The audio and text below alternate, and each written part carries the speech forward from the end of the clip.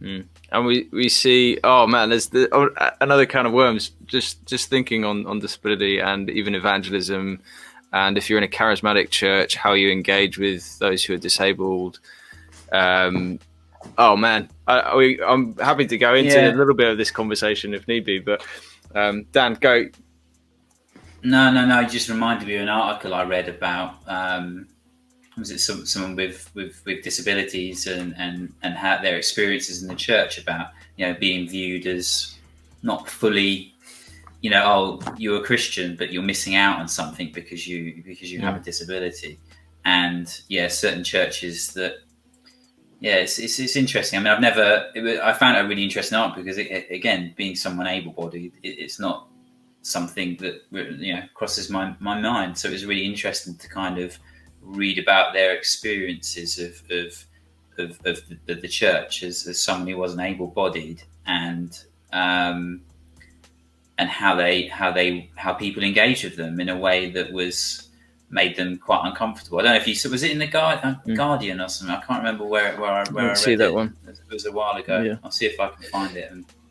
But I mean, there's so much that's been designed in a world by men for men.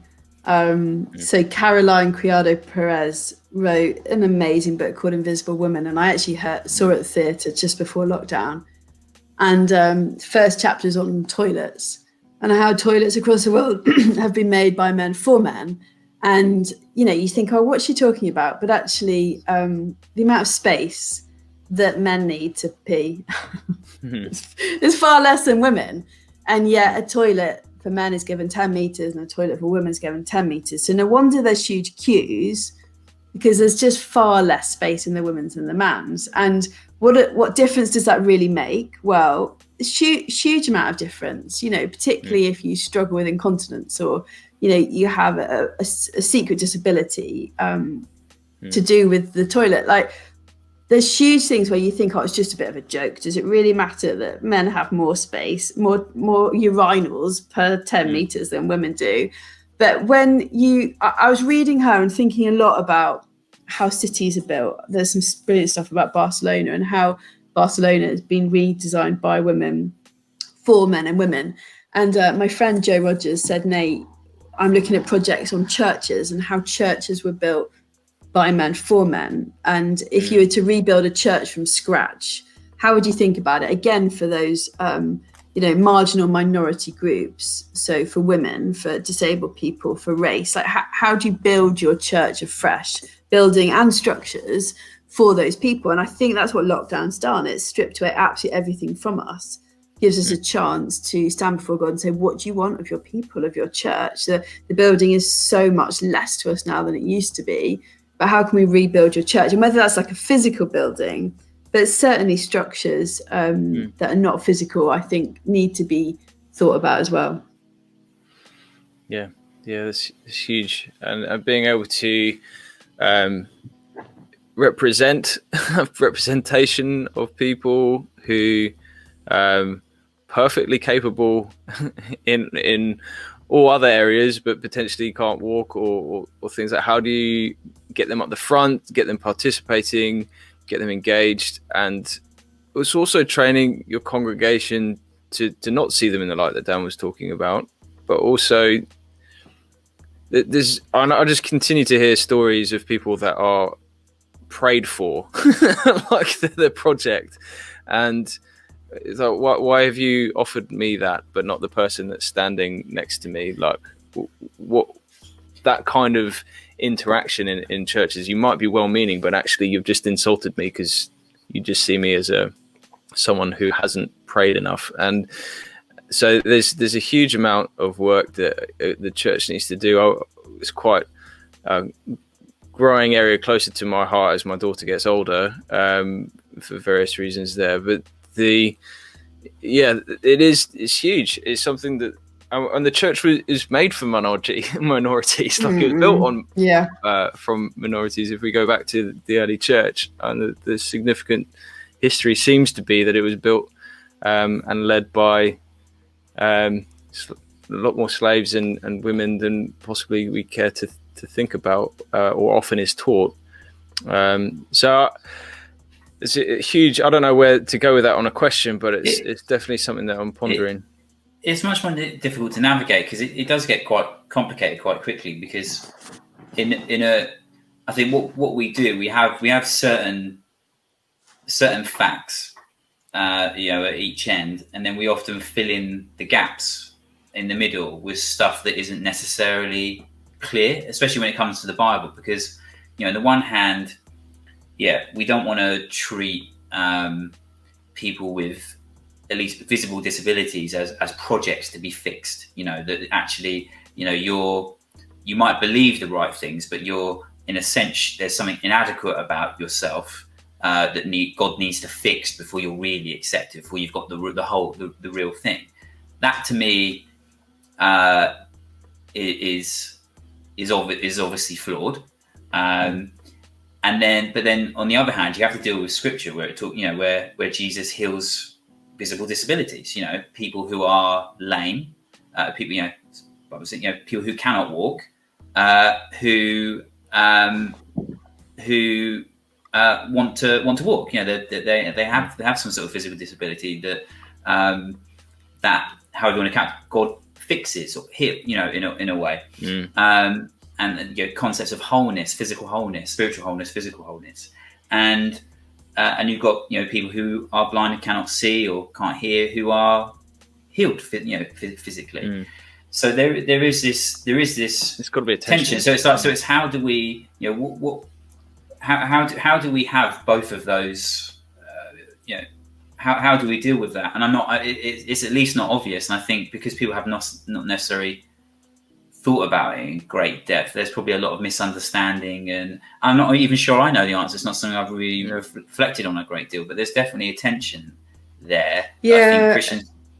Go on. There's a really great guy called Malcolm Duncan, and he says this. He says a church that doesn't have disabled people in it is disabling itself. And I just think that's really, really fascinating. And I think, the grace of God to reveal a huge blind spot in all of us at this time about what is church, who are we? Are we really the body? I actually wanted to write a book on what lessons from lockdown on the body, and how by not having the body together, we've realised how we weren't ever really a body. And I wanted to have a chapter on race, a chapter on poverty, a chapter on disability. It didn't ever go anywhere, but I think that's really important. I've seen afresh, thanks to Malcolm and Emma Major and others, that we are disabling ourselves by not having disabled people in it. And actually what our church did, I thought was really nice, is it opened again early September with an audience of 12.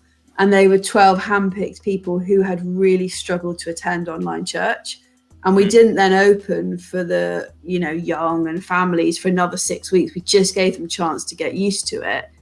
And I just think this whole thing about the body is really key right now, that we need to rethink about that.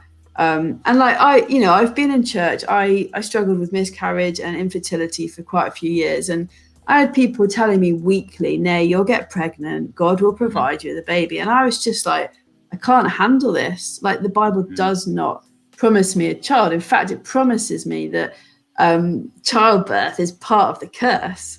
And actually, I'm far more in line with the Bible because I've suffered from a miscarriage and infertility than you're going to have a child. I did go on to have a child, but I think there's so many things we say that are not even biblical.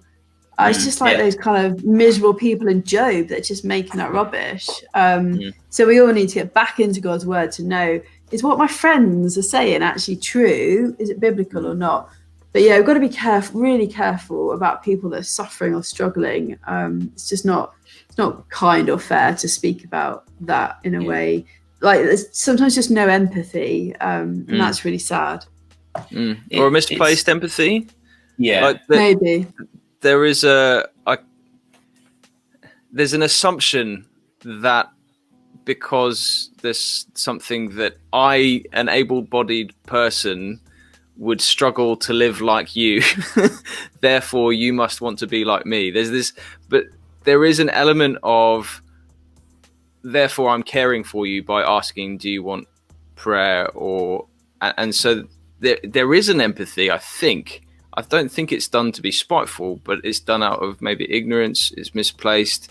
It's this understanding that maybe an overemphasis on the spiritual life that we're meant to have into the physical life. And it's again another conversation may well be God and healing, and whether that happens, and maybe we can have that with you, Nay, or with another guest at some point. Just how do we handle that? And because it causes a lot of hurt, and I know a lot of people leave the church because they've been promised healing and it hasn't happened.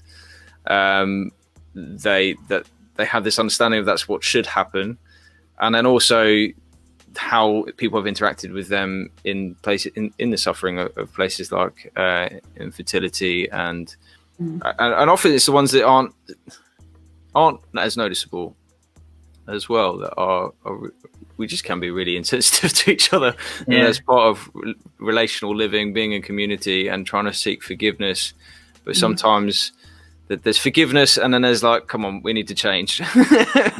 People can only forgive us so much.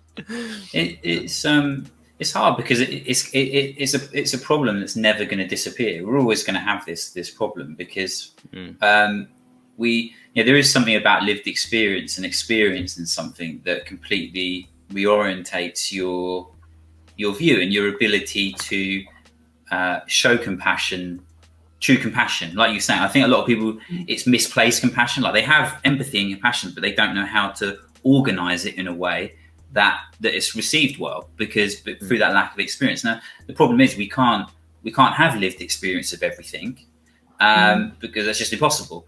And so it's trying to find a way to navigate that of we're always going to encounter people within the church and outside the church that have experiences that we don't.